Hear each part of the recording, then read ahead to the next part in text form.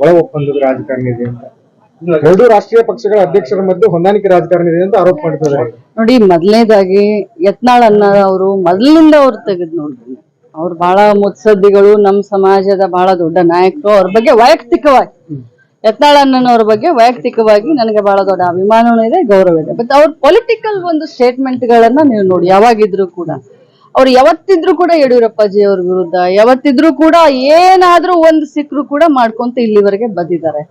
ಇವತ್ತು ನಿನ್ನೆ ಸ್ಟೇಟ್ಮೆಂಟ್ ನೋಡಿದ್ರೆ ನಂಗೆ ನಿಜವಾಗ್ಲೂ ಆಶ್ಚರ್ಯ ಅನ್ಸುತ್ತೆ. ಯಾಕಂತಂದ್ರೆ ಹಿರಿಯರು ಈ ರೀತಿ ಮಾತನಾಡ್ಬೇಕಾದ್ರೆ ಗಮನ ಇರಬೇಕು. ಯಾರ ಬಗ್ಗೆ ಮಾತನಾಡ್ತಾ ಇದಾರೆ ಇವ್ರು? ತಮ್ಮ ಪಕ್ಷದ ಬಗ್ಗೆ ಮಾತಾಡ್ಲ್ರಿ, ಇನ್ನೊಬ್ಬರ ಬಗ್ಗೆ ಯಾಕೆ ಮಾತಾಡ್ತಾರೆ? ಇವ್ರು ತಮ್ಮ ಪಕ್ಷದವ್ರನ್ನ ಮುಖ್ಯಮಂತ್ರಿ ಮಾಡ್ಕೊಳ್ರಿ, ಇನ್ನೊಬ್ಬರನ್ನ ಮುಖ್ಯಮಂತ್ರಿ ಮಾಡ್ಲಿಕ್ಕೆ ಅಂತ ಹೇಳೋದು, ಈ ರೀತಿ ಬೇಜವಾಬ್ದಾರಿ ಹೇಳಿಕೆಗಳು ಯತ್ನಾಳ್ ಅವ್ರಿಗೆ ಶೋಭೆ ತರೋದಿಲ್ಲ. ಅಂದ್ರೆ ತಮ್ಮ ಪಕ್ಷದ ನಾಯಕರು ಬರೀ ಗೊಂದಲವನ್ನ ಸೃಷ್ಟಿ ಮಾಡ್ಲಿಕ್ಕೆ ಹೋಗ್ತಾರೆ.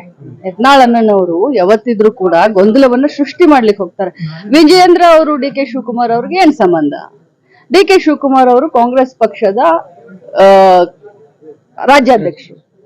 ಕಾಂಗ್ರೆಸ್ ಪಕ್ಷದಿಂದ 135 ಜನ ಆರಿಸಿ ಬಂದು ಅವರಿಗೆ ಹೈಕಮಾಂಡ್ ಅವರ ಆಶೀರ್ವಾದದಿಂದ ಇವತ್ತು DCM ಆಗಿದ್ದಾರೆ. ಇವತ್ತು ನಮ್ಮ ರಾಜ್ಯದಲ್ಲಿ ಬಹಳ ಒಳ್ಳೆ ರೀತಿಯಿಂದ ಸಿದ್ದರಾಮಯ್ಯ ಸಾಹೇಬರು CM ಆಗಿ ಆಡಳಿತವನ್ನ ನಡೆಸ್ತಾ ಇದ್ದಾರೆ. ಈ ಸಂದರ್ಭದಲ್ಲಿ ಗೊಂದಲವನ್ನ ಸೃಷ್ಟಿ ಮಾಡಿ ಏನಾದ್ರೂ ಇಬ್ಬರ ಮಧ್ಯದಲ್ಲಿ ಬೆಂಕಿಯನ್ನ ಹಚ್ಚಲಿಕ್ಕೆ ಪ್ರಯತ್ನ ಮಾಡ್ತಾ ಇದ್ದಾರೆ ಯತ್ನಾಳ್ ಅಂತಂದ್ರೆ ಅದು ಸಾಧ್ಯ ಇಲ್ಲ. ಅದನ್ನ ಅವ್ರು ಬರೆದಿಟ್ಕೊಳ್ಳಿ.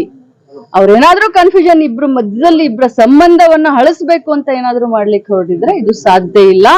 ಅವ್ರೇನು ನಮ್ ಕಡೆ ಒಂದ್ ಭಾಷೆ ಹೇಳ್ತಾರೆ, 7ರಾಗ ಯಾರು ಹುಟ್ಟೆಲ್ಲ, ಕಿವಿ ಮೇಲೆ ಯಾರು ಹೂ ಇಟ್ಕೊಂಡೆಲ್ಲ.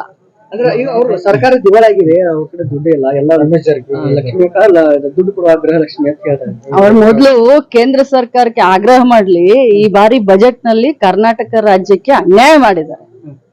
ಕೇಂದ್ರ ಸರ್ಕಾರದವರು ನಮ್ಮ ಬಜೆಟ್ ನಮ್ಮ ಕರ್ನಾಟಕ ರಾಜ್ಯಕ್ಕೆ ಬರ್ಬೇಕಾಗಿರುವಂತ ಏನೇ ದುಡ್ಡನ್ನ ಕೂಡ ಕೊಡ್ಲಿಲ್ಲ.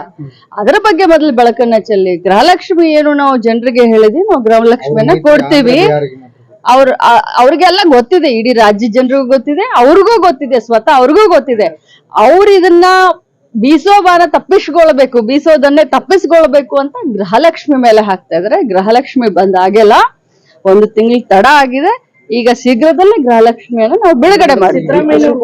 ಶಿವಕುಮಾರ್ ಅವರು ಕಂಟ್ರೋಲ್ ನಲ್ಲಿ ಇದ್ದಾರೆ ಅಂತ ಹೇಳಿ ಯಾರು ಹೇಳ್ತಾರೆ? ಅವ್ರ ನಮಗ್ ಸಂಬಂಧನೇ ಇಲ್ಲ, ಅವ್ರ ನಮ್ಮ ಪಕ್ಷಕ್ಕೆ ಸಂಬಂಧನೇ ಇಲ್ಲ. ಅವ್ರ ಮಾತಿಗೆ ಉತ್ತರ ಕೊಡುವಷ್ಟು ನಾವೇನ್ ಚಿಕ್ಕವರು ಅಲ್ಲ. ಶಿವಕುಮಾರ್ ಮತ್ತೆ CM ಸಿದ್ದರಾಮಯ್ಯ ನಡುವೆ ದುರುಪಯೋಗಿಸಲು ಈ ರೀತಿ ಹೇಳಿಕೆಗಳನ್ನು ಖಂಡಿತವಾಗ್ಲೂ ಇದು ಒಂದು ಪೊಲಿಟಿಕಲ್ ಪ್ರೊಪಗಂಡ. ಇಬ್ಬರ ಮಧ್ಯದಲ್ಲಿ ವಿಷ ಬೀಜವನ್ನ ಹಿಂಡಬೇಕು.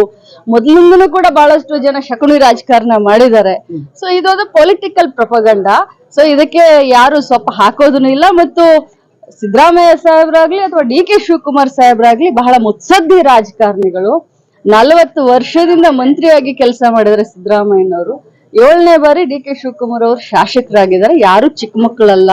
ನಮ್ಮ ಭಾಷೆ ಬಂದ್ಬಿಡ್ತಾವೆ ನಾವು ಮಾತಾಡ್ಬೇಕಾದ್ರ, ಅದಕ್ಕೆ ಅದು ಬೇಡ. ರಾಜ್ಯದಲ್ಲಿ ಶಕುನಿ ರಾಜಕಾರಣ ನಡೀತಾ ಇದೆ. ಇದೇನ್ ಮತ್ತೆ ಈಗ ನಿನ್ನೆ ಮಾತನಾಡಿದ್ದು ಏನಿದು? ಅವ್ರಿಗೇನ್ ಸಂಬಂಧ?